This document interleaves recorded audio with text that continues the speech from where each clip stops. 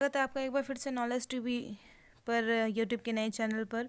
दोस्तों, क्लास 10 के लिए काफ़ी ही ज़्यादा महत्वपूर्ण प्रश्नों का सेट मैंने तैयार किया था। इससे पहले भी मैं कई वीडियो दे चुके हैं। मैथमेटिक्स का एक वीडियो दिया था इससे पहले, ऑब्जेक्टिव का।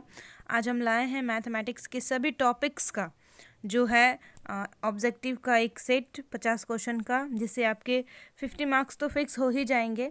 आपको जो है बस इसे देखना है। इसमें जो है, इस मैं 100% तो नहीं, लेकिन 90% आपको गारंटी देती हूँ कि क्वेश्चन इसमें से फंसेंगे।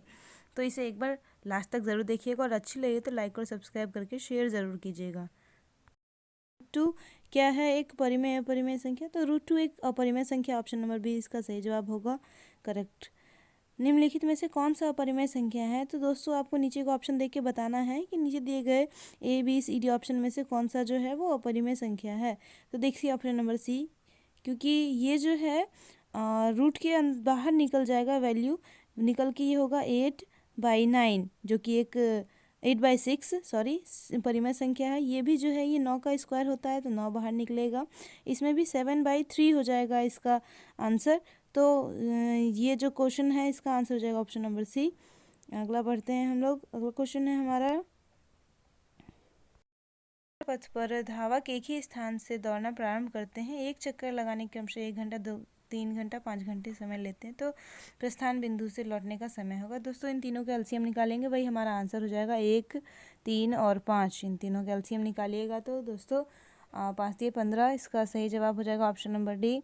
बढ़ते हैं अगले क्वेश्चन की तरफ। अगला क्वेश्चन है हमारा कि दो परिमेय संख्याओं के बीच कितनी परिमेय संख्या हो सकती है? तो अनंत हो सकती है, इसका सही जवाब होगा ऑप्शन नंबर डी। अगला क्वेश्चन हमारा, यदि बहुपद पी एक्स बराबर एक्स स्क्वायर माइनस 2x+1 के शून्यक ए बी हो तो ए बी का मान है। दोस्तों, हम लोग ने पढ़ा है कि शून्यकों के योगफल और शून्यकों के गुणनफल पे फॉर्मूला लगता है। तो यहाँ क्या है, ए बी यानी कि ए गुना बी है, शून्यकों गुणनफल है। तो इसके लिए फॉर्मूला होता है माइनस नहीं, c/a। गुणनफल के लिए c/a फॉर्मूला होता है, जहाँ पे c जो है वो आपको समीकरण में देखने से पता चलेगा कि c जो है उसका कांस्टेंट वैल्यू होता है, और a जो है वो एक्स स्क्वायर का गुणांक होता है। यहाँ देखिए 1 गुना एक्स स्क्वायर इसको लिख सकते हैं। तो एक्स स्क्वायर का गुणांक क्या है? 1 है। ये a का वैल्यू है और c का वैल्यू 5 है।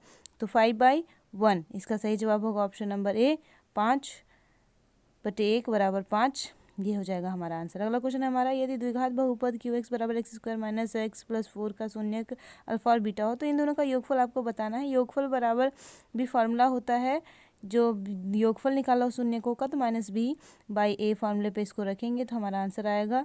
-b के जगह देखिए माइनस हमने बैठाया, b का वैल्यू क्या है यहाँ पे? -1। तो -1 और बट्टे में ए का वैल्यू यहाँ पे एक्स स्क्वायर का गुणा यानी 1, आंसर हो जाएगा 1। ऑप्शन नंबर सी इसका सही जवाब। बढ़ते हैं अगले क्वेश्चन की तरफ। अगला क्वेश्चन है हमारा, द्विघात बहुपदों के शून्यकों की संख्या होती है। तो दोस्तों, द्विघात बहुपदों की शून्य की संख्या 2 होती है। यदि अल्फा बीटा द्विघात बहुपद का मूल हो तो इसका मान निकालना है। तो 1/अल्फा प्लस 1/बीटा, इसका आंसर हो जाएगा ऑप्शन नंबर बी। दोस्तों, ये शून्यकों की व्युत्क्रमानुपाती का योगफल है। इसका फॉर्मूला होता है b/a नहीं, -b/c होता है। तो इस पे जब हम फिट करेंगे इसको, तो ये हमारा आंसर आ जाएगा ऑप्शन नंबर बी। यहाँ पे ध्यान से देखिएगा, निम्नलिखित में से कौन सा बहुपद नहीं है? तो ये क्वेश्चन शायद इसका ऑप्शन कट गया है दोस्तों। तो ध्यान रहे बस कि कोई भी इस तरह का क्वेश्चन रहे तो बहुपद का जो फॉर्मूला होता है, बस इतना है कि जो चर मान है उसमें रूट नहीं होना चाहिए, a² + bx + c के फॉर्म में होता है। तो बढ़ते हैं अपने अगले क्वेश्चन की तरफ। अगला क्वेश्चन है हमारा कि युगपत समीकरण 2x + 3y बराबर 5 और 4x + 6y बराबर 9 है। तो इनके निकाय हैं। तो दोस्तों, इनका निकाय निकालने के लिए कुछ बेसिस याद रखने होंगे। ऐसे याद रखिए कि ये असंगत है। अगला है क्वेश्चन हमारा, ध्यान से देखिएगा इसको। ये क्वेश्चन से आपको इक्वेशन को देख के बताना है कि ये जो रेखाएं हैं वो क्या है। तो ये समपाती होती है। अब अगला क्वेश्चन है हमारा, द्विघात समीकरण इसका विवेचक होंगे। तो विवेचक निकालने के लिए भी फॉर्मूला होता है d बराबर, तो उस पर बैठाने पे ये हमारा आंसर हो जाएगा -8। ऑप्शन नंबर सी इसका सही जवाब होगा। बढ़ते अगले क्वेश्चन की तरफ। अगला क्वेश्चन है हमारा क्वेश्चन नंबर 13, द्विघात समीकरण इतने के मूलों का योग का मान बताना है। तो मूलों का योग पढ़ चुके हैं। आंसर ऑप्शन नंबर सी इसका सही। बढ़ते हैं अपने अगले क्वेश्चन की तरफ। अगला क्वेश्चन है हमारा ये रहा कि इनमें से कौन द्विघात समीकरण है। तो ध्यान से देखिए दोस्तों, द्विघात समीकरण यानी x पे पावर 2। तो द्विघात समीकरण जो है, यहाँ ध्यान से देखिएगा, भी समीकरण का घात जो है अधिकतम पावर 2 होना चाहिए, एक्स पे स्क्वायर, इससे ज़्यादा नहीं होना चाहिए। तो ऑप्शन नंबर बी में देखिए X square plus B X plus C है। अगला क्वेश्चन है हमारा कि यदि द्विघात समीकरण पी एक्स बराबर इतना और इसके शून्यक अल्फा तथा बीटा हो तो अल्फा प्लस बीटा का मान निकालना, यानी शून्यकों का योगफल निकालना। ऑप्शन नंबर डी इसका सही जवाब होगा, क्योंकि माइनस बी बाई ए हमको लेना है। ए पी बराबर इतना का सर्वांतर निकालना है। सर्वांतर निकालने के लिए दूसरे पद से पहले पद को माइनस कीजिए, वो हमारा सर्वांतर निकल जाएगा। और ध्यान रहे कि सर्वांतर समान होता है। ऑप्शन नंबर बी इसका सही जवाब हो जाएगा। अगला क्वेश्चन है हमारा कि जब ए पी के प्रथम पद 2 तथा सार्वंतर 3 हो तो एपी के 3 पद होंगे। तो दोस्तों एपी का प्रथम पद हमें दिया हुआ है 2 और सर्वांतर जो है वो हमें दिया हुआ है 3। तो जब हम प्रथम पद में इस सर्वांतर को जोड़ते जाएंगे तो हमारा अगला पद जो है हमें मिलते जाएगा। तो ये 2 में 3 को जोड़ेंगे तो हो जाएगा 5, यानी ये हमारा दूसरा पद है। अब इसी 5 में हम 3 को जोड़ेंगे तो हो जाएगा हमारा 8, जो कि हमारा तीसरा पद होगा। तो पहला पद 2, 5, 8। तो ऑप्शन नंबर बी इसका सही जवाब हो जाएगा। बढ़ते अगले क्वेश्चन की तरफ। दो समरूप त्रिभुजों की भुजाएं इतनी इतनी अनुपात में है, त्रिभुज का क्षेत्रफल का अनुपात। हमेशा त्रिभुज का क्षेत्रफल का अनुपात इसके स्क्वायर के इक्वल होगा। 16/81 जो 4 का स्क्वायर है और 9 का स्क्वायर है। तो इसका आंसर होगा ऑप्शन नंबर सी। अगला क्वेश्चन है हमारा कि सभी समबाहु त्रिभुज होते हैं। सभी समबाहु त्रिभुज जो है समरूप होते हैं, क्योंकि एंगल 60 डिग्री होता है सभी का। 2 समकोणिक त्रिभुजों में उनके संगत भुजाओं का अनुपात सदैव समान रहता है। किसने कहा? ऐसा थेल्स ने कहा था। ऑप्शन नंबर सी इसका सही जवाब होगा। अगला क्वेश्चन है हमारा क्वेश्चन नंबर 21। बिंदु ए तथा बी को मिलाने वाली रेखा। तो दोस्तों इसको हमें फॉर्मूले के माध्यम से सॉल्व करना होगा। इसका आंसर ऑप्शन नंबर बी हो जाएगा। अगला क्वेश्चन है हमें क्वेश्चन नंबर 22। 2 बिंदु दिया गया और उन्हें मिलाने वाली रेखा का मध्य बिंदु का नियामक देना है। तो इसे भी हम फॉर्मूला पे ही बैठा के तब सॉल्व करेंगे। इसमें ज़्यादा समय हम नहीं गवाएंगे, क्योंकि हमें और भी ऑब्जेक्टिव की तैयारी करनी है। बढ़ते हैं हम अपने अगले क्वेश्चन की तरफ। इसका फॉर्मूला एक बार ज़रूर आप देख लीजिएगा। अगला क्वेश्चन है हमारा क्वेश्चन नंबर 23। बिंदु इतने इतने के बीच की दूरी। तो 2 बिंदुओं के बीच की दूरी निकालने के लिए भी फॉर्मूला आता है। तो उसे जब हम फॉर्मूले पे बैठाएंगे तो हमारा आंसर आ जाएगा। तो इसका सही जवाब होगा ऑप्शन नंबर, ऑप्शन 2 बार रिपीट हो गया शायद यहाँ पे। इसका सही जवाब हो, कोई बात नहीं, इसका सही जवाब ऑप्शन नंबर सी हो जाएगा। अगला क्वेश्चन है हमारा किसी बिंदु वाई अक्ष की दूरी उस बिंदु का कहलाता है। तो वाई अक्ष की दूरी जो है वो वाई एक्स से दूरी वो एक्स निर्देशांक कहलाती है। इसमें बिल्कुल भी कंफ्यूज नहीं होइएगा। और अगर आपको यहाँ पे दिया जाएगा कि अगर एक्स अक्ष से दूरी होगी तो एक्स अक्ष से किसी भी बिंदु की दूरी जो है वो वाई निर्देशांक कहलाएगी। इसमें ध्यान रखिएगा, वाई निर्देशांक कहलाएगी। ठीक है, अगर बात करेंगे एक्स अक्ष से किसी बिंदु की दूरी तो वाई निर्देशांक, और वाई एक्स से तो एक्स निर्देशांक। अगला क्वेश्चन नंबर बिंदु इतने की चतुर्थांश है। तो ध्यान देखिए, पहला नंबर निगेटिव है, अगला दूसरा नंबर पॉजिटिव है। तो माइनस और प्लस, तो ये तृतीय चतुर्थांश में होगा। अगला क्वेश्चन है हमारा ये, इसका मान निकालना है। तो हमने पढ़ा है साइन 90 डिग्री माइनस थीटा बराबर कॉस थीटा होता है। तो जब ऊपर वाले को सॉल्व करेंगे तो ये कॉस 52 के बराबर होगा। ऊपर नीचे दोनों सेम सेम कट जाएगा। ऑप्शन नंबर ए इसका 2 आंसर होगा। टेन थीटा बराबर √3 है। तो थीटा का मान हम जानते हैं 60 डिग्री, टेन 60 डिग्री का वैल्यू जो है वो √3 होता है ना। तो यहाँ पे हमें √3 दिया है, तो थीटा का मान निकालना, थीटा बराबर 60 डिग्री हो जाएगा। इसका ऑप्शन नंबर डी आंसर होगा। अगला क्वेश्चन है हमारा cos 60 + 1 cos 60 - 1 का मान निकालना है।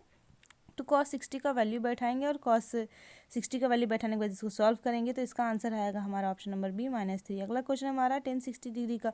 दोस्तों ये क्वेश्चन रिपीट किया हुआ है, नहीं, tan 60 डिग्री का मान पूछा है। तो tan 60 डिग्री का मान √3 होता है। इसका आंसर शायद ऑप्शन में नहीं है, मिसप्रिंट हो गया है, और √3 इसका सही जवाब हो जाएगा, क्योंकि tan 60 का वैल्यू √3 ही होता है। तो देखिए ये अगला क्वेश्चन हमारा कि sin π/4 cos π/4, इनका अंतर निकालना है, माइनस है बीच में। तो π/4 का वैल्यू जो होता है वो डिग्री में होता है 45 डिग्री, क्योंकि जो पाई है ये पाई 180 डिग्री को दिखाता है और 180/4 बराबर 45 डिग्री होता है। π/2 90 डिग्री होता है। इसका आंसर होगा ऑप्शन नंबर बी।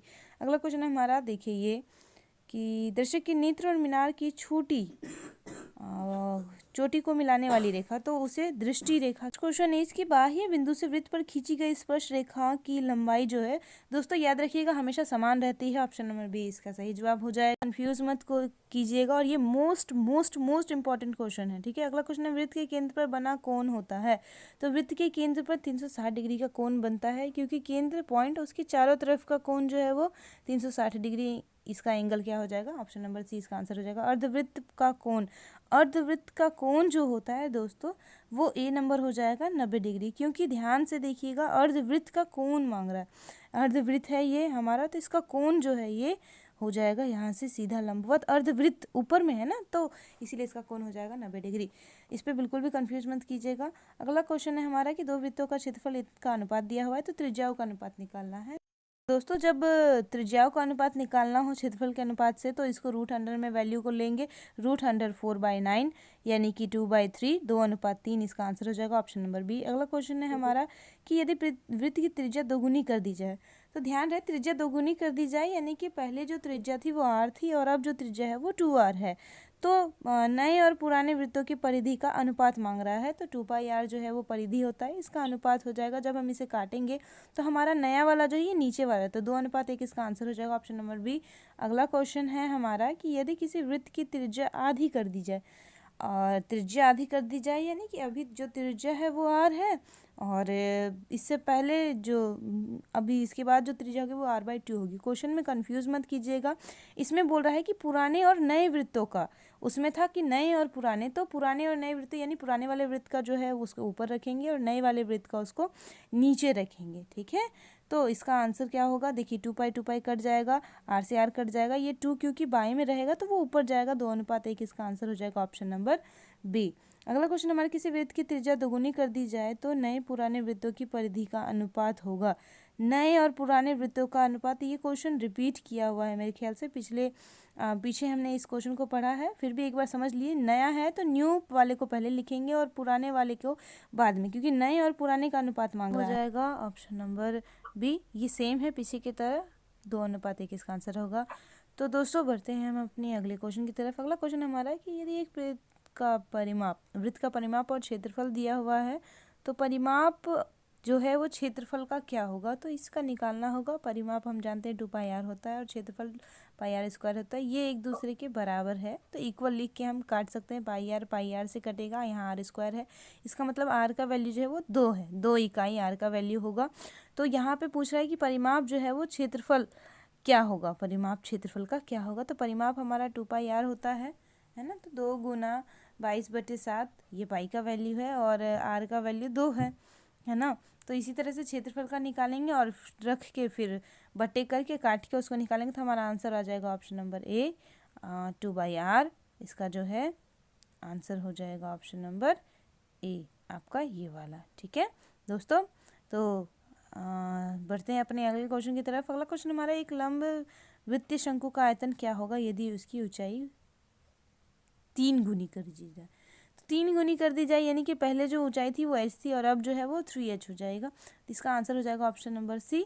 अगला क्वेश्चन है हमारे, किसी गोले की त्रिज्या आधी कर दी जाए तो उनके आयतन का अनुपात क्या होगा? त्रिज्या आधी करनी है यानी कि पहले त्रिज्या जो r थी अब उसकी जगह हम r/2 रखेंगे, आंसर इसका हो जाएगा ऑप्शन नंबर सी, 8:1। बढ़ते हैं अगले क्वेश्चन की तरफ। अगला क्वेश्चन है हमारा कि किसी बेलन के आधार की त्रिज्या 2 सेंटीमीटर तथा ऊंचाई 14 सेंटीमीटर, तो बेलन का आयतन क्या होगा? दोस्तों बेलन का आयतन के फॉर्मूला पे इसे रखेंगे, यहाँ पे r बराबर 2 सेंटीमीटर है और h बराबर 14 सेंटीमीटर, आंसर हमारा जाएगा ऑप्शन नंबर सी। अगला क्वेश्चन हमारा कि बेलन और शंकु के आयतन का अनुपात दिया हुआ है, और अगर बेलन और शंकु की ऊंचाई तथा त्रिज्या सेम है यानी कि h बराबर r है, तो वैल्यू निकालना है आपको। ऑप्शन नंबर सी इसका 3:1 आंसर होगा। अगला क्वेश्चन है हमारा कि किसी असमित बंटन का माध्यम जो है माध्य क्रमशः इतना है, तो बहुलक निकालना है। तो दोस्तों ये जो है इसका सही आंसर हो जाएगा ऑप्शन नंबर ए, 30:30.1। अगला क्वेश्चन हमारा कि किसी बारंबारता का बहुलक होता है तो बहुलक होता है उसकी अधिक बारंबारता। ऑप्शन नंबर सी जो है इसका सही जवाब हो जाएगा। अगला क्वेश्चन है हमारा ये कि इनका माध्यिका देखना है। तो दोस्तों माध्यिका निकालने के लिए सबसे पहले इन सभी को असेंडिंग ऑर्डर में सजाइए, यानी कि जैसे 5 3 7 6 4 2 1 लिखा हुआ है तो इसे सबसे पहले बढ़ते हुए क्रम में सजाइए। इनमें से सबसे पहले 1 2 3 1 2 3 करके 7 तक है तो क्रमशः 7 तक इसे सजाइए। और देखिए बीच का जो नंबर होगा, इधर से 3 नंबर हटा दिए, इधर से 3 नंबर हटा दिए, बीच में बचा 4, ये इसका आंसर हो जाएगा। ऑप्शन नंबर सी माध्यिका है। लगातार 3 प्राकृत संख्या यानी 1 2 3, 1 2 3 के बीच में 2 आ रहा है। ऑप्शन नंबर बी इसका आंसर हो जाएगा। अगला क्वेश्चन है हमारा क्वेश्चन नंबर 48 की यदि ई कोई घटना है तब पी प्लस पी डैश का मान होगा। तो पी प्लस पी डैश का मान हमेशा दोस्तों 1 होता है, ये फॉर्मूला है, इसे याद रखिएगा। अगला क्वेश्चन है हमारा कि किसी घटना की प्रायिकता नहीं होती। कभी भी किसी घटना की प्रायिकता निगेटिव नहीं होती है। तो इसमें देखिए ये जो ऑप्शन नंबर सी है ये इसका आंसर हो जाएगा, क्योंकि निगेटिव वैल्यू है, निगेटिव कभी होता ही नहीं है। प्रायिकता घटना या तो होगी या तो नहीं होगी।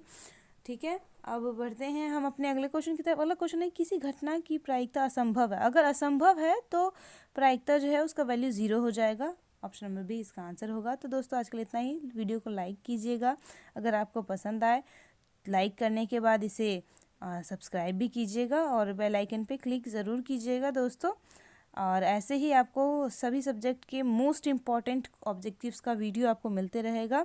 आज के लिए इतना ही दोस्तों। अच्छे से एग्ज़ाम की तैयारी कीजिए, शेयर करते रहिए वीडियो को ताकि सभी बच्चों की हेल्प हो पाए। Okay then, bye.